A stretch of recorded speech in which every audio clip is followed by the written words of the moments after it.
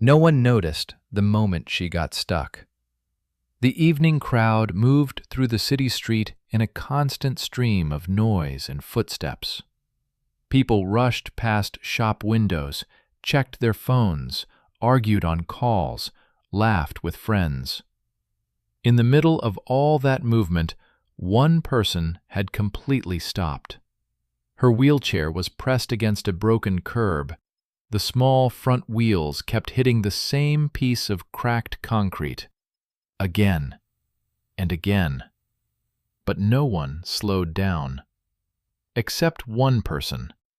Callum Reed noticed her from the other side of the street.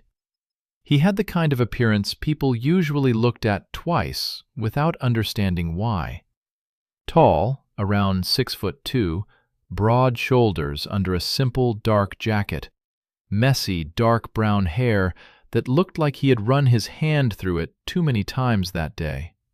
His jaw was sharp, slightly unshaven, and his gray eyes carried that calm, observant look of someone who paid attention to things most people ignored. And right now, he was staring directly at her. The girl in the wheelchair tried once more to push forward. The wheels hit the curb, stopped. She exhaled quietly. Up close, it would be obvious that she wasn't someone fragile or delicate the way strangers often assumed. She looked about 23. Her long, copper-red hair fell over one shoulder in soft waves, catching the orange glow of the streetlights.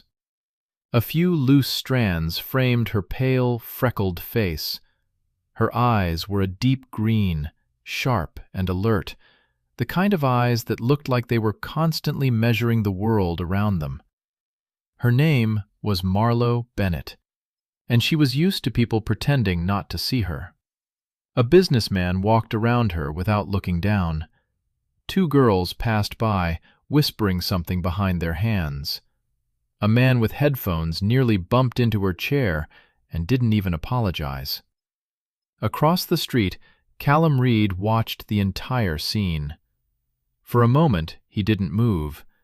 Then he crossed the road. "Hold on a second," he said calmly as he approached. Marlo looked up immediately. Her expression wasn't helpless. It was guarded, like she had heard that sentence too many times before. Callum stepped closer to the curb and crouched slightly beside the wheelchair. "Broken edge," he muttered, mostly to himself. Before she could protest, he gently lifted the front of the chair just enough for the small wheels to clear the cracked concrete. The chair rolled smoothly onto the sidewalk. Callum lowered it carefully. "There." Marlo blinked once, studying him. "You did that like you've done it 100 times." Callum stood up and shrugged. "First time, actually." She raised one eyebrow. "Not bad for a beginner." For a moment, they simply looked at each other while the city kept moving around them. Then she said quietly, "Thanks." Callum nodded once. "No problem." He turned slightly as if he was about to leave, but Marlo spoke again. "Wait." He looked back. "You're the only person who stopped in the last 10 minutes. Callum glanced at the broken curb. "That thing's basically a trap." She gave a small, amused smile. "Yeah, it wins most of the time." He noticed something then. She wasn't embarrassed. She wasn't asking for sympathy. She was just honest. "What's your name?" she asked. "Callum." "Marlo." They shook hands. Her grip was surprisingly strong. Callum looked toward the corner of the street. "Where were you trying to go?" "The bookstore down there." "That curb will stop you again," he said. She sighed softly. "It usually does." Callum looked back at her, then toward the bookstore, then back again. "I can walk with you." "You don't have to," Marlo said. "I know." She studied him carefully, like she was trying to figure out his real reason. Finally, she turned the wheelchair slightly toward the street. "All right," she said. They began moving slowly through the evening crowd. Almost immediately, people started staring. Callum noticed it. A man across the street frowned. Two teenagers looked at them and whispered something. Marlowe noticed too, but she kept rolling forward. After a few seconds, she said quietly, "You can still escape, you know." Callum glanced down at her. "Escape?" "Before people start making assumptions." He almost smiled. "Too late." She tilted her head slightly. "What do you mean?" Callum nodded toward a group of strangers already watching them. "People love building stories." Marlowe laughed softly. "Yeah, they do." They reached the bookstore ramp. She rolled onto it smoothly, then stopped. She looked up at him again. "You didn't have to help me, or walk me here." Callum leaned casually against the railing. "I wanted to." Marlowe studied his face for a long second. Then she smiled faintly. "Well, Callum Reed, thanks for not pretending I was invisible." Before this story continues, take a second. If you enjoy powerful love stories about people who fight for each other, no matter what the world thinks, subscribe to the channel. Leave a like so more people can discover this story. And write in the comments what city you're watching from. Marlowe turned toward the bookstore door. Then suddenly she stopped. "Callum?" "Yeah?" She looked at him with a strange mix of amusement and warning. "You're probably going to regret meeting me." Callum frowned slightly. "Why?" Marlowe gave a quiet smile. "Because once people see us together..." She paused. "They never stop talking." Callum followed her inside the bookstore. A soft bell rang above the door as it closed behind them, and the noise of the street disappeared almost instantly. The air inside smelled like paper and old wood. Warm yellow lights hung from the ceiling, reflecting off long rows of bookshelves. For a moment, Marlowe rolled forward without saying anything. Callum walked beside her, his hands casually in the pockets of his jacket. Up close, the quiet of the place made it easier to notice details. Marlowe's copper-red hair caught the warm light differently indoors, turning almost golden at the tips. A thin silver ring rested on her right hand as she moved the wheels of the chair. She wore a simple dark green sweater and black jeans. Nothing dramatic, nothing designed to attract attention. But there was something confident about the way she moved, the way she looked around the room like she already knew exactly where everything was. "You come here a lot," Callum said. She nodded toward the shelves. 3 times a week." "That's specific." "The owner lets me stay after closing sometimes," she said casually. Callum raised an eyebrow.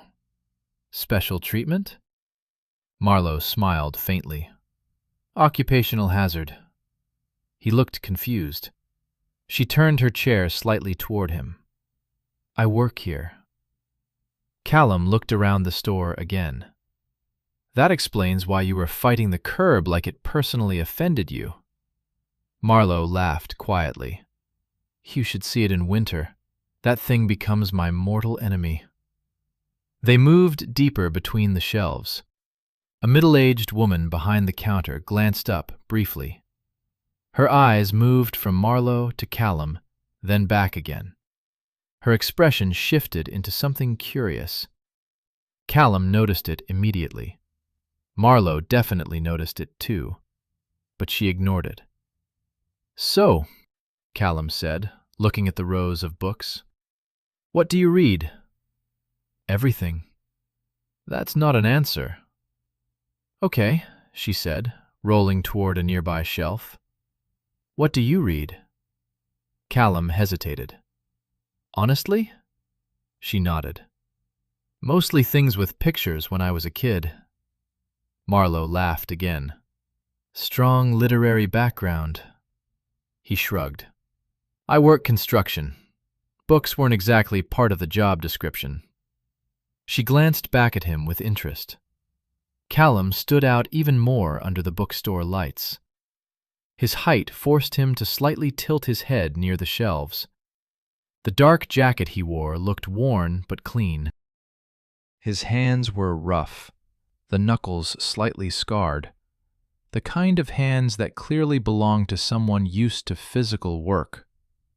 But his eyes kept studying everything around him, like he was trying to understand a place that didn't quite belong to his world.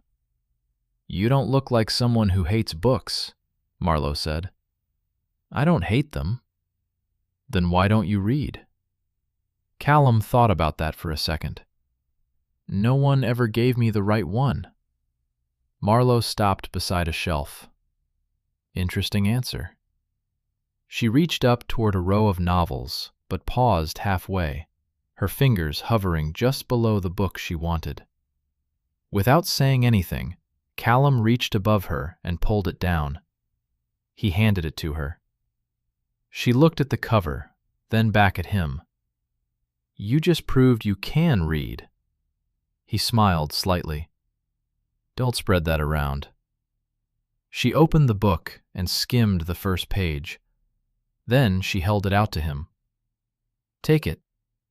Callum frowned. "What for?" "Your first assignment." "I didn't sign up for homework."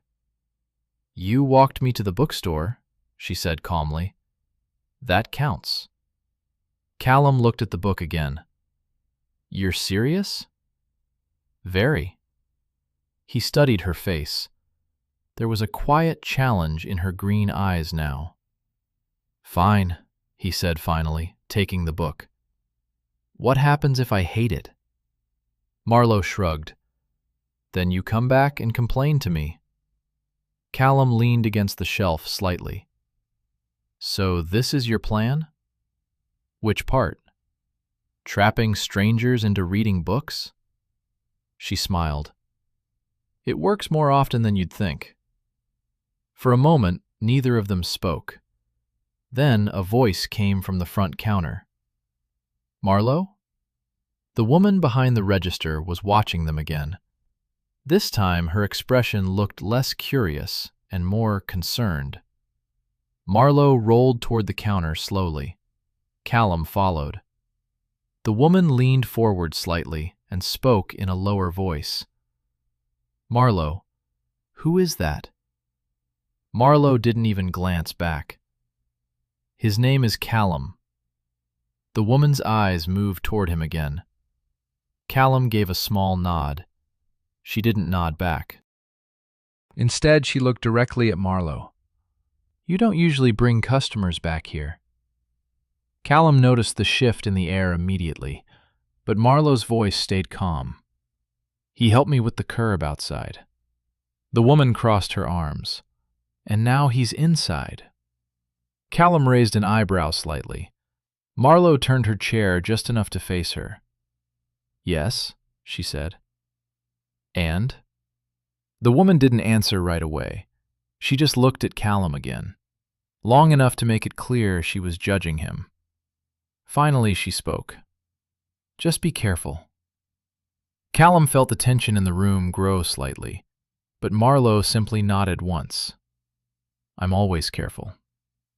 The woman stepped back behind the counter again. Conversation over. Marlowe turned toward Callum. "Well," she said quietly, "you see what I meant." Callum frowned slightly. "About what?" Marlowe looked toward the bookstore window where people outside were still walking past. Then she looked back at him. "People always have opinions." Callum looked toward the woman behind the counter again. She was pretending to sort receipts now, but her eyes kept lifting toward them every few seconds. "Does she always interrogate your visitors like that?" he asked quietly. Marlowe rolled her chair slowly toward another aisle. She thinks she's protecting me. From random construction workers? From everyone. Callum walked beside her again. The bookstore felt quieter now, almost like the shelves themselves were listening. You don't look like someone who needs protection, he said. Marlowe stopped near a display table and turned her chair slightly toward him. That's the funny part. She folded her hands lightly in her lap. Most people don't see me the way you do. Callum tilted his head. How do I see you? She studied his face for a moment before answering. Like a normal person. Callum shrugged. You are a normal person. Marlowe gave a small smile. Tell that to half the city. She rolled toward the counter again and placed a small stack of books on it. The woman behind the register scanned them silently, still watching Callum out of the corner of her eye. Shift ends in 5 minutes, the woman said. Marlowe nodded. I know. Callum leaned against a nearby shelf. You close the place yourself? Sometimes. The woman behind the counter spoke again, this time directly to him. You waiting for something? Callum met her eyes calmly. Apparently. She looked unimpressed. What do you do for work? Mara, Marlowe said quietly, but the woman kept staring at him. Callum didn't seem bothered. Construction. Where? Sites all over the city. The woman nodded slowly, like she was filing that information away somewhere. Then she looked at Marlowe. Your ride coming today? Marlowe shook her head. I told you this morning, the van's in the shop.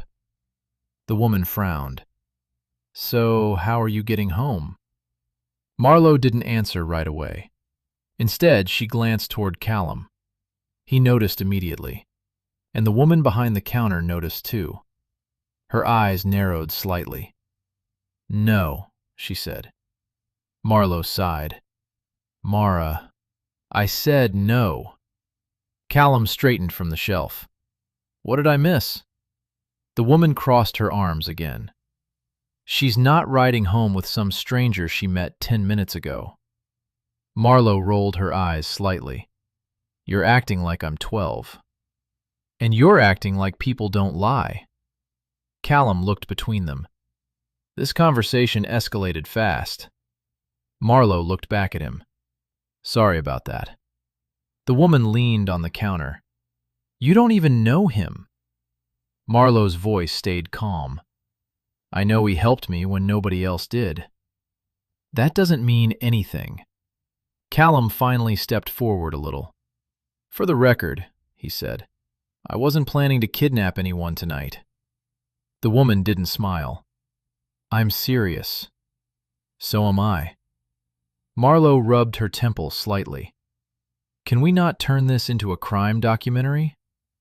The room went quiet for a moment. Then Callum looked at Marlowe. Where do you live? About 15 minutes away. Wheelchair-friendly route? She gave him a look. You're asking that like you already know the answer. Broken sidewalks again? Mostly. Callum nodded slowly. All right. The woman immediately shook her head. No. Callum looked at her calmly. You haven't even heard my idea yet. I don't need to. Marlowe leaned forward slightly. Let him talk. Callum glanced toward the door of the bookstore, then back at them. I walk her home. The woman scoffed. That's your brilliant idea? Yeah. She's not a grocery cart you can push down the street. Callum kept his voice calm. I noticed. Marlowe hid a small smile. The woman pointed toward the door. You don't know the route. You don't know the neighborhood. You don't know her. Callum looked directly at her. You're right. Then he glanced down at Marlowe. But I can learn. For a moment, no one spoke. The woman looked at Marlowe again. You're seriously considering this? Marlowe's green eyes shifted from Callum to the door, then back again. Outside the bookstore window, a group of people walked past. One of them slowed down. He looked inside. His eyes stopped on Marlowe, then moved to Callum standing beside her. He smirked slightly and whispered something to his friend. They both laughed before continuing down the street. Callum saw it. Marlowe saw it too. She exhaled slowly. Then she turned toward the woman behind the counter. "I'll be fine." The woman's voice lowered. "That's what worries me." Marlowe didn't respond. She simply rolled toward the door. Callum picked up the book she had given him earlier, then followed her. The bell above the door rang again as they stepped outside. The night air was cooler now. Streetlights stretched down the sidewalk. For a moment, they stood there quietly. Then Marlowe looked up at him. "You realize my boss thinks you're a criminal." Callum shrugged. "Not the worst first impression I've had." She studied him again. "You don't seem nervous." "Should I be?" Marlowe tilted her head slightly. "Depends." "On what?" She gave a small, mysterious smile. "On whether you're ready to see what people say when we walk down the street together." Callum looked down the sidewalk. The street was still busy. Restaurants were filling up, cars moved slowly through traffic, and groups of people passed under the orange glow of the streetlights. Then he looked back at Marlowe. "I'm walking beside you," he said calmly. "Not robbing a bank." Marlowe gave a quiet laugh. "You say that now." She adjusted her hands on the wheels and started moving down the sidewalk. Callum walked beside her. At first, everything felt normal. People passed them without paying much attention. The sound of traffic mixed with distant music from a nearby bar. But after half a block, it started. Two college-aged guys standing outside a cafe noticed them. One of them nudged the other with his elbow. Both of them looked directly at Callum, then at Marlowe. Their expressions changed immediately.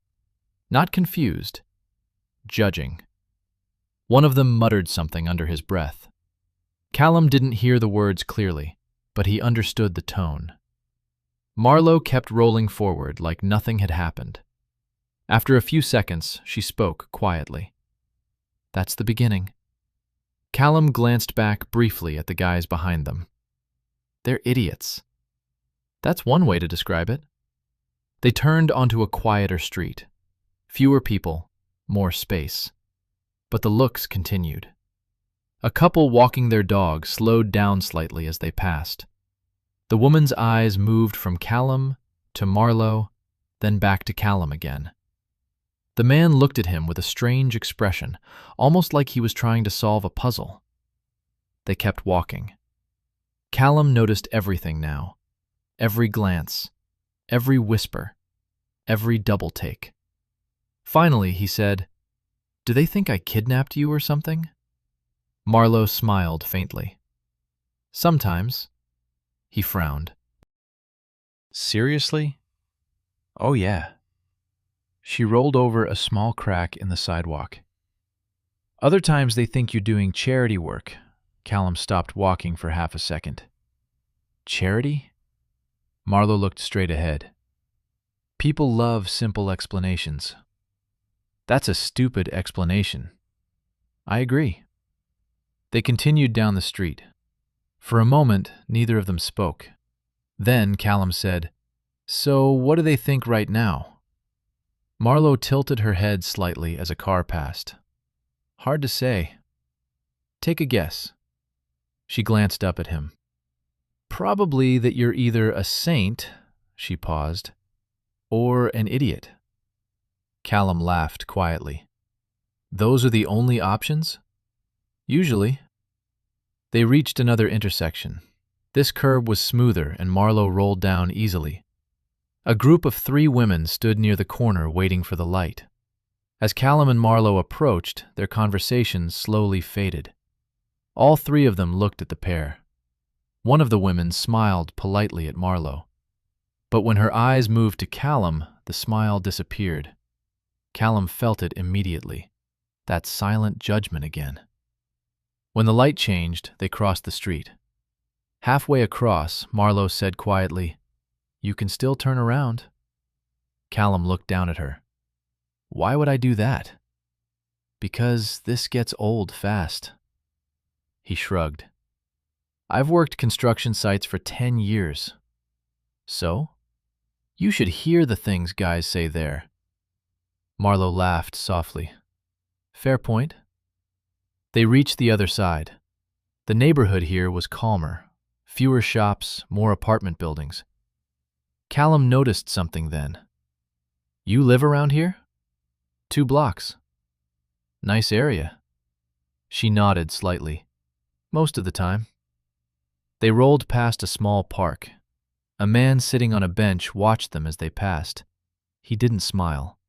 He didn't look curious. He looked annoyed, as if their existence personally bothered him. Callum shook his head slightly. "People are weird." Marlowe glanced up at him again. "You're handling this better than most." "Most guys run away?" "Pretty quickly."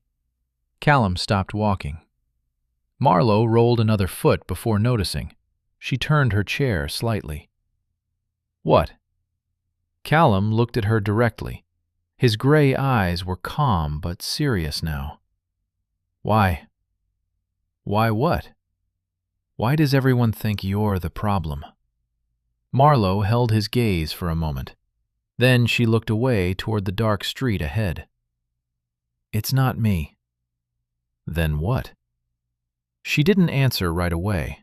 Instead, she rolled forward again slowly. Callum caught up beside her.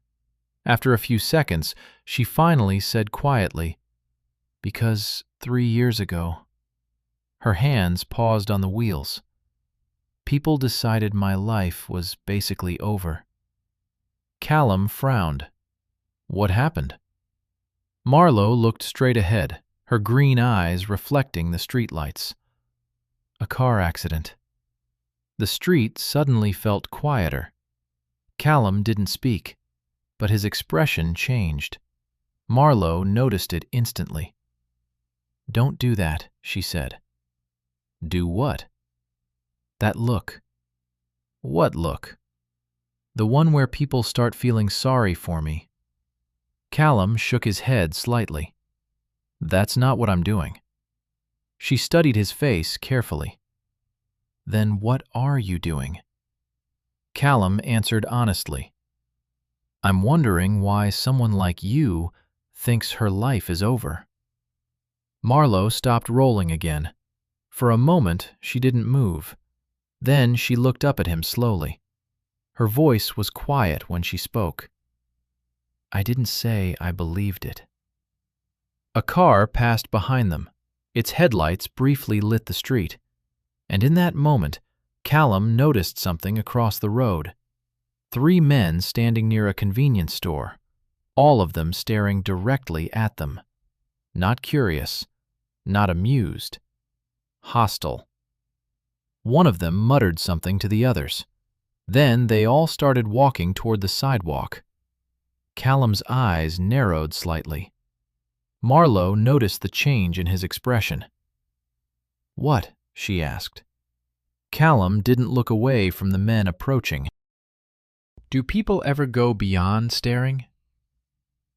3 men stepped off the curb and moved toward the sidewalk where Callum and Marlowe stood. Their pace wasn't rushed, but there was something deliberate in the way they approached. The tallest one, a heavy-set guy in a dark hoodie, looked directly at Callum with an open smirk. Marlowe noticed the shift in the air immediately. "Callum," she said quietly, "let's just keep going." But the men were already close enough to block the narrow path between parked cars and the building wall. The tall one spoke first. "Well, look at this." His eyes moved from Callum to Marlowe, then back again. "A hero." Callum didn't react. The second man laughed. You volunteering tonight, man? Community service or something? Marlo tightened her grip on the wheels of her chair. Let's go, she said again. But the tall one stepped forward slightly, forcing Callum to stop. You know, he continued, his voice dripping with fake curiosity, guys like you are always interesting. Callum's gray eyes stayed calm. Move. The man raised an eyebrow. Oh, relax. We're just talking. The third man leaned against a parked car and crossed his arms. You must really love attention. Callum took one step forward. I said move. The tall one held his ground for another second, measuring him. Then he suddenly laughed and stepped aside. All right, hero, take her home. The three of them moved back toward the convenience store, still chuckling quietly. Callum waited until they were a few steps away before he looked down at Marlo. You deal with that a lot? She exhaled slowly. More than I'd like. They continued down the street. For a while, neither of them spoke. Finally, Callum said, You shouldn't have to get used to that. Marlo shrugged lightly. People think they're funny. They turned onto a quieter block lined with older apartment buildings. A small lamp above one entrance cast a warm circle of light on the sidewalk. Marlo slowed down. That's mine. Callum looked up at the building. Brick walls, 3 floors, old but clean. He walked her to the ramp beside the front steps. She rolled up it smoothly and stopped near the door. For a moment, they both stayed quiet. Well, Marlo said finally, you survived. Callum leaned lightly against the railing. That was the test? Part of it. She watched his face carefully. Most people disappear somewhere around the first group of comments. Callum shrugged. People talk. They do. She hesitated for a second. Then she said, You can go now. Callum didn't move. I know. Another pause. You're still here, she said. Yeah. Marlo studied him like she was trying to understand something that didn't make sense. Why? Callum thought about the question. Then he answered honestly. Because I want to see you again.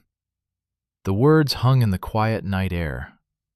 Marlo blinked once, clearly not expecting that. You barely know me. I know enough. You know I'm in a wheelchair. I noticed. She crossed her arms lightly. You know people will keep staring. I noticed that too.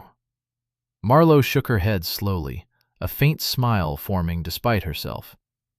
You're either very stubborn, she paused, or very naive. Callum stepped a little closer. Maybe both. For a moment, she didn't respond. Then she said quietly, Tomorrow morning. Callum raised an eyebrow. What about it? I get coffee at the cafe on Maple Street before work. You inviting me? I'm saying that's where I'll be. Callum smiled slightly. Sounds like an invitation. She turned toward the building door. Don't make it weird. He laughed softly. Too late for that. She opened the door and paused halfway inside. Then she looked back at him. Her green eyes were softer now. Good night, Callum. Good night, Marlo. The door closed behind her. Callum stood on the sidewalk for a few seconds before finally walking away. The next morning, the cafe on Maple Street was crowded. People rushed in for coffee before work. The smell of roasted beans filled the room. Marlo sat near the window with a cup in front of her. She glanced at the door every few minutes. Then she shook her head slightly at herself. Stupid, she murmured. She reached for her coffee. The bell above the door rang. She didn't look up at first, but a familiar voice said, So this is the place. Marlo froze. Slowly, She lifted her eyes.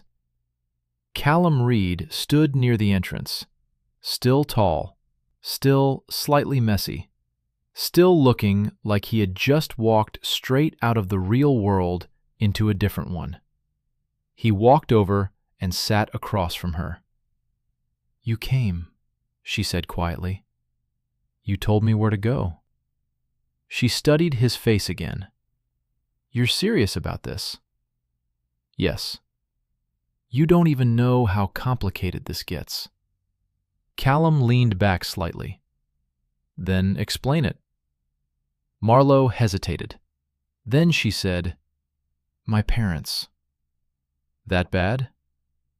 "They think every man who talks to me either feels sorry for me or wants attention."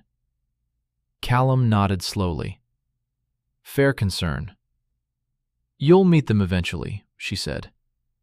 "You're planning far ahead." Marlowe looked down at her coffee. "They'll try to convince you to leave."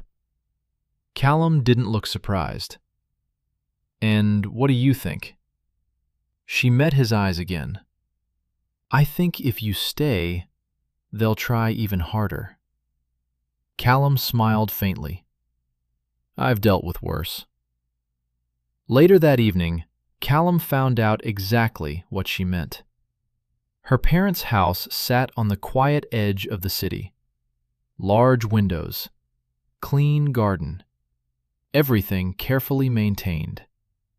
Marlowe rolled through the front door while Callum followed behind. Her mother stood in the hallway, waiting. The woman's eyes immediately moved to Callum. "So you're the one," she said. Her father appeared behind her, arms crossed. Callum stepped forward slightly. "Callum Reed." Neither of them offered a handshake.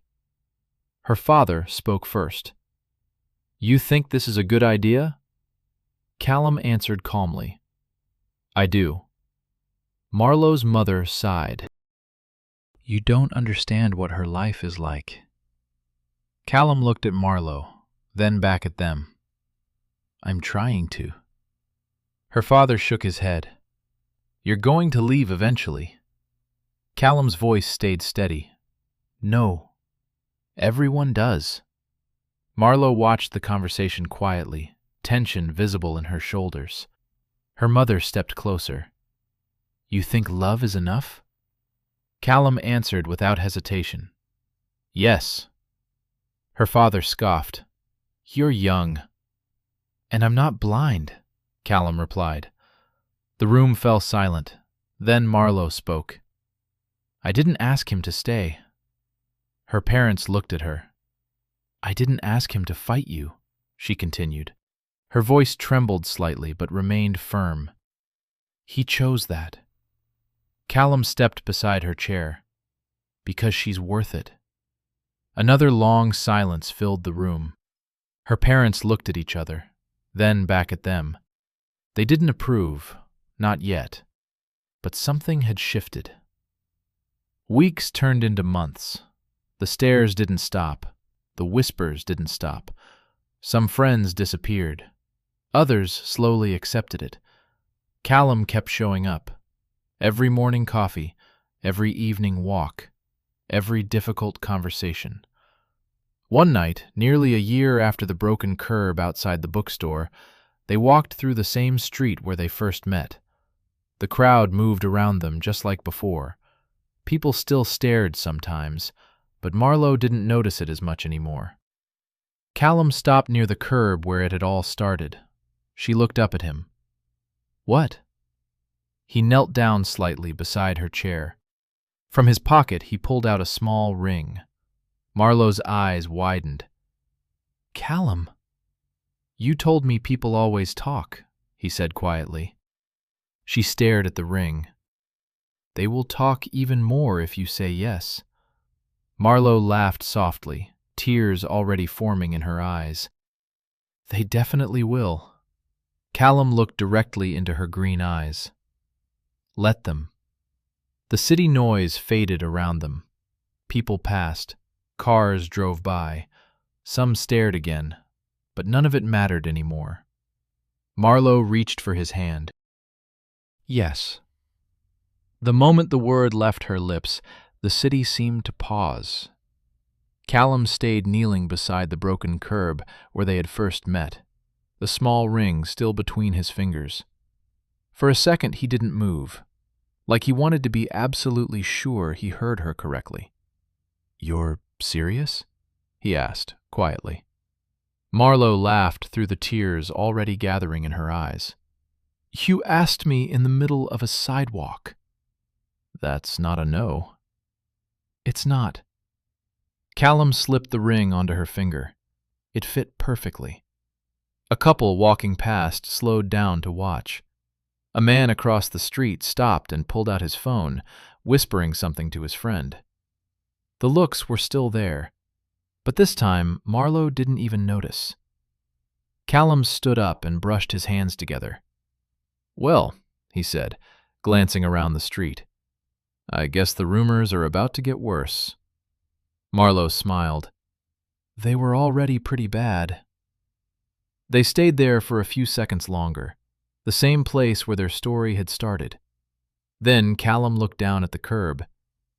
"You know," he said, nudging the cracked concrete lightly with his shoe, "this thing caused a lot of trouble." Marlowe followed his gaze. "It's still undefeated." "Not for long." She looked back up at him. "What does that mean?" Callum smiled slightly. "You'll see." 3 months later, the curb was gone. A small construction crew worked along the sidewalk outside the bookstore early in the morning. Fresh concrete had replaced the cracked edge that had stopped Marlowe's wheelchair so many times before. The owner of the store stood in the doorway with her arms crossed, watching the workers. "Tell me again why this suddenly became a priority for the city," she said. Callum wiped dust from his hands and stepped back from the fresh cement. "Because someone kept complaining about it." The woman narrowed her eyes. "Someone with connections?" Callum shook his head. "Someone stubborn." Behind them, Marlowe rolled out of the bookstore. Her copper-red hair was tied back loosely, and the morning sun caught the freckles across her face as she looked at the new sidewalk. For a moment, she didn't say anything. Then she rolled forward slowly. The small front wheels of her chair reached the curb and rolled over it without resistance. She stopped on the other side and turned back. Her green eyes locked on Callum. "You fixed it." Callum shrugged. "Took a few calls." Marlowe looked down at the smooth concrete again, then back at him. "You didn't have to do that." "I know." She rolled back toward him, stopping only inches away. "You keep saying that." "And I keep meaning it." The bookstore owner cleared her throat loudly from the doorway. "All right," she said. "That's enough romance on city property." Marlowe laughed, but before she could say anything else, a voice came from the sidewalk. "Well, look who's still together." Both of them turned. Two of the same men who had mocked them months ago stood near the corner convenience store. One of them nodded toward Callum. "You actually stuck around." Callum met his gaze calmly. "Yeah." The man looked at Marlowe, then back at Callum. "Guess we were wrong." Callum didn't answer. The man shrugged and walked off with his friend. Marlowe watched them go. Then she looked back at Callum. "That doesn't happen often." "What?" "People admitting they were wrong." Callum smiled faintly. "Maybe they just needed time." She studied his face for a moment. Then she reached for his hand. "You gave them that." Across the street, people continued walking past the bookstore. Some glanced at them. Some stared. Some smiled. But the whispers didn't sound the same anymore, because now the story people saw wasn't about pity. It wasn't about charity. It was about something far simpler. A man who refused to walk away, and a woman who refused to believe her life had ended. Marlowe squeezed Callum's hand lightly. "You know they're still going to talk." Callum nodded. "Let them." She looked up at him, sunlight reflecting in her green eyes. Good answer. And this time, when they rolled over the curb together and disappeared down the street, no one could say they didn't belong there. The summer passed quietly. Not easier, just different. People still looked, some with curiosity, some with doubt. But the whispers that once followed them everywhere had slowly begun to fade into the background of everyday life. Callum and Marlowe learned how to move through the city together. Morning coffee became a ritual. The small cafe on Maple Street knew them by name now. The barista no longer watched them with surprise. She simply prepared Marlowe's drink before she even reached the counter. Even Marlowe's parents had changed. Not quickly, not easily, but slowly. Callum remembered the first evening her father had finally stopped questioning him. They were in the backyard of the Bennett house, late in the evening, the sky already dark above them. Marlowe sat beside the garden table while Callum helped move a few wooden boards her father had been repairing. Her father watched him work in silence for a while, then finally said, "You're still here." Callum set the boards down. "Yes." The older man studied him carefully. "You know she was right about you." Callum frowned slightly. "About what?" "That you're stubborn." For the first time since they had met, the man almost smiled. "I thought you'd leave." Callum looked toward Marlowe, who was watching them from the table. "I never planned to." Her father nodded slowly. "I can see that now." It wasn't approval, not fully, but it was the closest thing to acceptance Callum had heard from him. And for Marlowe, that moment meant more than anything her father could have said.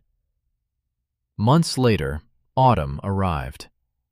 One evening, the bookstore hosted a small reading event. The narrow aisles filled with people holding coffee cups and chatting quietly between the shelves. Marlowe moved through the room easily, greeting regular customers. Callum leaned against the wall near the entrance, watching her. The bookstore owner stepped beside him. "You know," she said, "when you first walked in here, I was sure you'd disappear in a week." Callum smiled slightly. "You weren't the only one." She nodded toward Marlowe across the room. "She stopped believing people stayed." Callum watched Marlowe laugh at something a customer said. "I noticed." The owner folded her arms. "But you proved something to her." "What?" "That her story wasn't finished." Across the room, Marlowe looked toward the door and spotted Callum watching her. She rolled over through the small crowd. "What are you two talking about?" she asked. The bookstore owner shrugged. "Just telling him how lucky he is." Marlowe raised an eyebrow.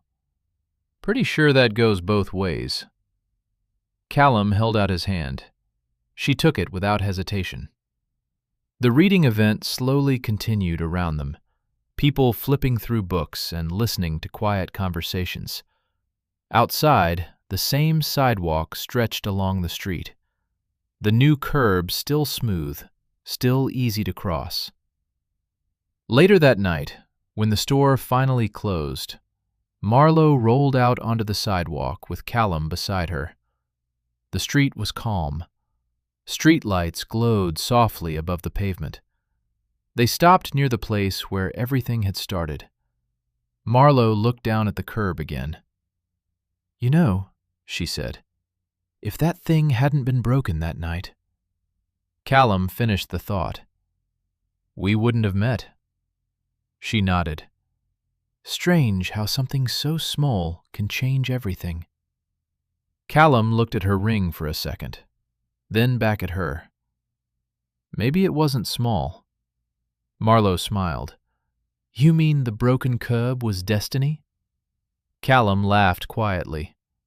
"I mean, sometimes the worst obstacles end up pointing you in the right direction." Marlowe rested her hands on the wheels of her chair. For a moment, neither of them spoke. Then she rolled forward, crossing the curb smoothly. Callum walked beside her, and for the first time since that night months ago, no one on the street turned to stare. Not because the world had changed, but because their story had already proven something stronger than every whisper, every judgment, and every doubt. Love didn't need permission, and sometimes it began in the most ordinary place in the world, on a broken piece of sidewalk that no one else had bothered to notice.